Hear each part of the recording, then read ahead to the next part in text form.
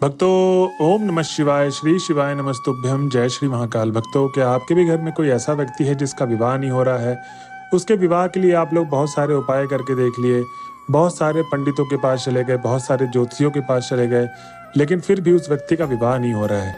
आपने बहुत सारे उसकी कुंडलियां दिखवा ली जगह जगह पे और आपने उपाय किए, लेकिन फिर भी उसका विवाह नहीं हो रहा है और उसकी एज बढ़ती जा रही है। सबसे बड़ी समस्या तो ये भी है कि वो 30 से 35 साल का हो गया है या हो गई है और आपको बस ये टेंशन सताती रहती है कि मेरे बच्चे की शादी होगी कब।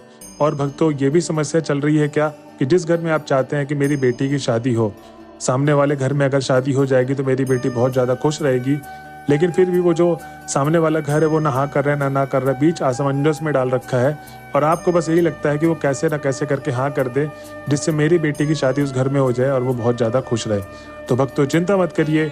आज की जो ये वीडियो होने वाली है ना, सिर्फ और सिर्फ गुरुदेव जी ने विवाह से रिलेटेड उपाय बताए हैं। अगर आप इन उपायों को करते हैं, आपकी जो भी मनोकामना है भगवान भोले बाबा निश्चित रूप से पूरी करेंगे और आपके जिस बच्चे का विवाह नहीं हो रहा है उसका विवाह अगले लगन तक जरूर होगा ही होगा। तो भक्तों, चलिए चलते हैं उपाय की तरफ और जानते हैं गुरुदेव जी ने आज के इस वीडियो में कौन कौन से उपाय बताए हैं। और जो भी भक्त आज हमारे चैनल में पहली बार आए हैं और मेरी आवाज पहली बार सुन रहे हैं तो चैनल को कर ले सब्सक्राइब और बेल नोटिफिकेशन को ऑन कर ले, जिससे गुरुदेव जी की आने वाली अपकमिंग वीडियोस आपको मिलती रहे। तो भक्तों, सबसे पहले उपाय की तरफ चले तो इसमें गुरुदेव जी बताते हैं कि जो भी अगला सोमवार का दिन होगा, जब भी आप इस वीडियो को सुन रहे हैं तो जो भी अगला सोमवार का दिन होगा उस दिन आपको ये उपाय करना है। ठीक, तो सबसे पहले तो आप तो दिल लिख ले, सोमवार के दिन ये उपाय करना है, पहला वाला। अब इस उपाय में चाहिए क्या क्या, सबसे पहले तो आइए ये जानते हैं। इसमें गुरुदेव जी बताते हैं कि आपको क्या चाहिए, 5 कनेर के फूल, जो पीले वाले कनेर के फूल होते हैं वो चाहिए, सफेद वाले नहीं, पीले वाले। ठीक, और 5 समी पत्र, और 5 समी पत्र जो लेंगे वो कहीं से कटा पिटा खंडित न हो, एकदम ताजा समी पत्र चाहिए। और 5 बेल पत्र, और जो बेल पत्र लेंगे वो भी एकदम ताजा होना चाहिए, कहीं से कटा पिटा ना हो। ठीक, और साथ में आपको चाहिए 1 लोटा जल। जो 1 लोटा आप जल लेंगे वो तावे के लोटे में जल भरना है और आपको घर से जल भर के लेके जाना है। इस चीज का आपको विशेष ध्यान देना है। तो आपने ये तीनों सामग्री ले ली और उसके बाद जल ले लिया। अब आपको सीधा चले जाना है सोमवार के दिन, कहाँ पर, महादेव के मंदिर में। अब भक्तों, गुरुदेव जी कहते हैं कि ये व्यक्ति वही उपाय करेगा जिसका विवाह नहीं हो रहा है। जी हाँ भक्तों, उसी व्यक्ति को ये उपाय करना पड़ेगा जिसका विवाह नहीं हो रहा है, चाहे लड़का हो या लड़की। अब इस उपाय को कैसे करना है आइए समझते हैं। तो इसमें गुरुदेव जी कहते हैं कि जब आप महादेव के मंदिर में पहुंच जाएंगे तो सबसे पहले तो आपको 7 से 10 मिनट भगवान भोले बाबा की आराधना करनी है। बिना आराधना किए, बिना उनके सामने पूजा किए आपको उपाय शुरू नहीं करना है। इस चीज में गुरुदेव जी ने विशेष ध्यान देते हुए बोला है कि ज्यादातर भक्त गलती क्या करते हैं कि वो बिना सोचे समझे उपाय को शुरू कर देते हैं। इससे होता क्या है कि उनका मन क्या शांत है अशांत, उनको कुछ नहीं पता, उनके मनों में कितने विचार चल रहे हैं और बिना मन से वो उपाय को करते हैं। इससे होता यही है कि जो आपकी मनोकामना है वो पूर्ण नहीं होती। तो इस गुरुदेव जी ने इसलिए कहा है कि 7 से 10 मिनट आप आराधना करें, उसके बाद उपाय करें। होता क्या है इससे कि जब आप आराधना करते हैं, भोले बाबा का नाम का स्मरण करते हैं, उनके मंत्रों का उच्चारण करते हैं, तो जो भी आपके मन में विचार चल रहे होते हैं, जो आपका मन शांत है, वो सारा का सारा मन शांत हो जाएगा, विचार एकदम आपके खत्म हो जाएंगे। जो भी आप प्रार्थना करेंगे सच्चे दिल से भगवान तक पहुंचेगी और आपकी वो मनोकामना जरूर सुनेंगे।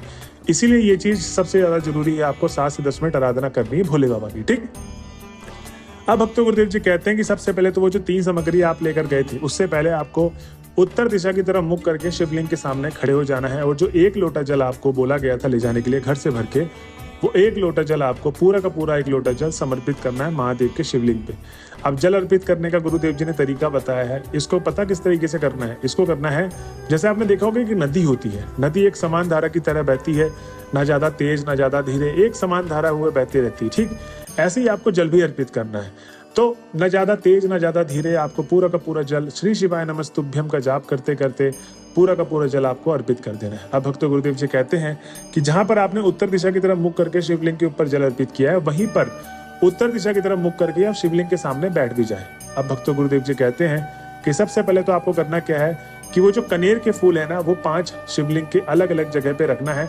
ऐसे ही बेल पत्र को भी और शमी पत्र को भी 5 अलग अलग जगह पे रखना है। ठीक, अब जो पहला बेल पत्र होगा, पहला समी पत्र होगा, पहला कनेर का फूल होगा, ये तीनों को उठा ले और शिवलिंग का जो सबसे ऊपर वाला भाग है ना, वहां पर आपको रख देना है। उसके बाद भक्तों, तीनों सामग्रियों को फिर से उठाना है और उसके बाद आपको दूसरे स्थान पे कहाँ रखना है? माता अशोक सुंदरी के स्थान पे।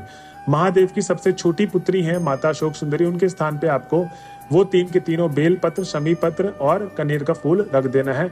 और जिनको नहीं पता कि माता अशोक सुंदरी का स्थान क्या है, तो दाहिने हाथ में विराजमान होती। ठीक, अब तीसरा कनेर का फूल, शमी पत्र और बेल पत्र आपको रखना है हस्तकमल पे। और चौथा जगह जो होगा, स्थान होगा, वो आपको रखना है भगवान गणेश के स्थान पे। अब जिन भक्तों को नहीं पता भगवान गणेश का स्थान कहाँ है, तो वो होता है जैसे दाहिने हाथ में माता अशोक सुंदरी, वैसे बाएं हाथ में भगवान गणेश का स्थान है।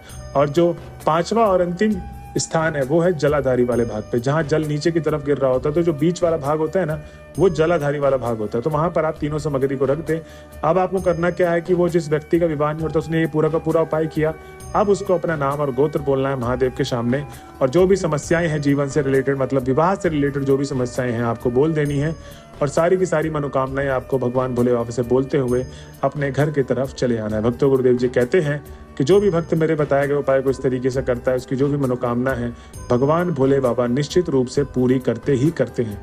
तो भक्तों, ये था पहला उपाय। अब हम चलते हैं दूसरे उपाय में जो गुरुदेव जी ने बताया है। इस उपाय को कैसे करना है आइए जानते हैं। तो सबसे पहले तो आप जान ले कि ये उपाय जो भी प्रदोष काल का दिन होगा उस दिन आपको करना है, ठीक। और सबसे बड़ी बात, सावन का जो पावन अवसर आ रहा है 21 जुलाई के बाद, आप किसी भी दिन कर सकते हैं सावन के समय में, ठीक है। तो सावन के समय पे या प्रदोष काल के समय पे आप इस उपाय को करें। अब इस उपाय में सामग्री क्या क्या चाहिए आइए ये जान लेते हैं। तो इसमें गुरुदेव जी बोलते हैं सबसे पहले तो आपको एक बेल पत्र की डंडी चाहिए। अब बेल पत्र की डंडी कितनी बड़ी चाहिए, तो ज्यादा बड़ी डंडी ना ले, अपने जो हाथ है, ठीक है, उंगलियां हैं, उनके बराबर की आप एक बेल पत्र की डंडी ले ले, ज्यादा बड़ी डंडी ना ले। और मात्र एक काली मिर्च ले ले। कितनी? एक काली मिर्च ले, अपने हिसाब से, यानी कि 3-4 उठा ले। सिर्फ और सिर्फ इस उपाय में आपको एक काली मिर्च और एक बेलपत्र की डंडी, और जो तीसरी और अंतिम सामग्री चाहिए, आपको चाहिए 1 लोटा जल। 1 लोटा जल घर से भरा हुआ होना चाहिए और तांबे के लोटे में जल भरा होना चाहिए, ठीक। अब ये तीनों सामग्री लेके आपको प्रदोष काल के दिन, नहीं तो जो सावन का महीना आ रहा है उस दिन आपको चले जाना है महादेव के मंदिर में। अब जब आप महादेव के मंदिर में पहुंच जाएंगे तो गुरुदेव जी कहते हैं कि सबसे पहले तो आपको करना क्या है, श्री शिवाय नमस्तुभ्यम या महादेव की आराधना करनी, उनके मंत्रों का उच्चारण करना है। उसके पश्चात ही आपको उपाय शुरू करना है।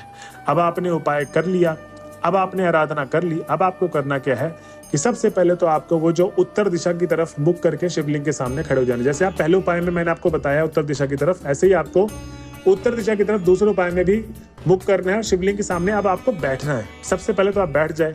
अब भक्तों, गुरुदेव जी कहते हैं कि जो शिवलिंग का सामने वाला हिस्सा दिख रहा है ना, सामने वाला पार्ट जहां पर आप बैठे हैं, उसके जस्ट सामने जो शिवलिंग का हिस्सा दिख रहा है, उसके जस्ट अपोजिट वाले भाग में जो पीछे वाला हिस्सा है, वहां पर आपको एक बेलपत्र की डंडी और एक काली मिर्च रख देनी है। जी हाँ भक्तों, गुरुदेव जी कहते हैं ये दोनों चीज रखने के बाद आपको खड़े होकर 1 लोटा जल समर्पित करना है। अब 1 लोटा जल समर्पित करने का तरीका मैंने क्या बताया था, न बूंद बूंद न तेजी से, आपको एक समान धारा बनाते हुए पूरा का पूरा 1 लोटा जल समर्पित कर देना है।